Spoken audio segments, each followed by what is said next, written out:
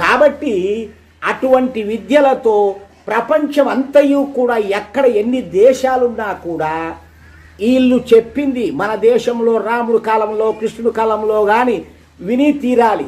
తీరకపోతే వాళ్ళని చంపుతారు. అట్లాగా ప్రపంచానికే గురువుగా బ్రతికింది మన దేశం. ప్రపంచానికే ప్రభువులుగా బ్రతికింది. ఆ వేద విద్య ఎప్పుడు పోగొట్టుకున్నామో అప్పుడు ప్రపంచానికి కాదు, తన సొంతము దేశంలో కూడా బానిస బ్రతుకుతా ఉంది. ఇది బాగా తెలుసుకోండి. విదేశీ మాఫియాలు చెప్పినట్టు ఆడడము, వాళ్ళు ఇచ్చినటువంటి ఔషధాలు మందులు వాడుకోవడము, వాళ్ళు చెప్పినట్టు చేయకపోతే వాళ్లకు నీకు చంపుతాము, నీకు ఇది అది అని చెప్పేసి భయం పెట్టి ఈ విధంగా చేస్తున్నారు. చూడండి ఎంత నికృష్టము.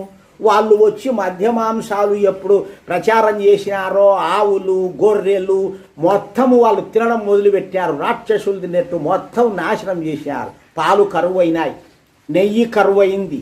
ఈనాడు పాలు కరువు నెయ్యి కరువు ఎందుకైనాయంటే పశువులు లేవు, పశువులను పెంచే వాళ్ళు లేరు, పశువులను చంపడానికి ఇస్తున్నారు వాళ్ళకు.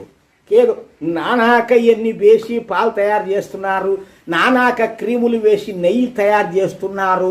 ఈ విధంగా వేసి చేస్తున్నారు తప్ప ప్రజలకు ఆరోగ్యం ఏమవుతుంది అని అనుకునేవాడు లేడు. ఎందుకంటే వీళ్ళకు హక్కు లేదు.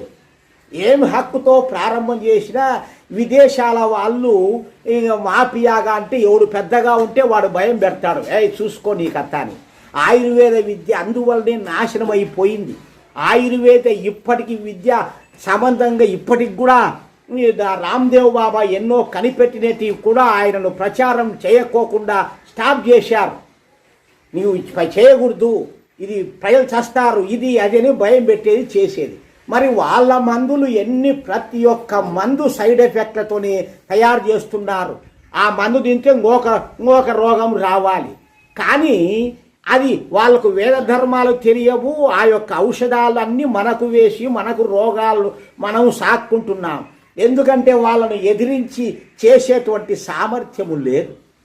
ఈ విధంగా వేద ధర్మము లుప్తమైపోయి వాళ్ళు చెప్పిన డాక్టర్లు చెప్పినటువంటి మద్యమాంసాలు తిని మన జీవితాలు దండగమారితనంగా దైవం అంటే తెలియకుండా, దైవ పూజలంటే ఏమిటో తెలియకుండా ఈ విధంగా రకరకాలుగా నాశనం చేసినారు. ఇది ఆ మహర్షి దయానందుల వారు ఆ యొక్క విద్యనంతయు కూడా మన ఋషులు బ్రతికింది ఈ దావనైనా దీన్ని చెయ్యండి అని ఆయన ప్రచారం చేశారు.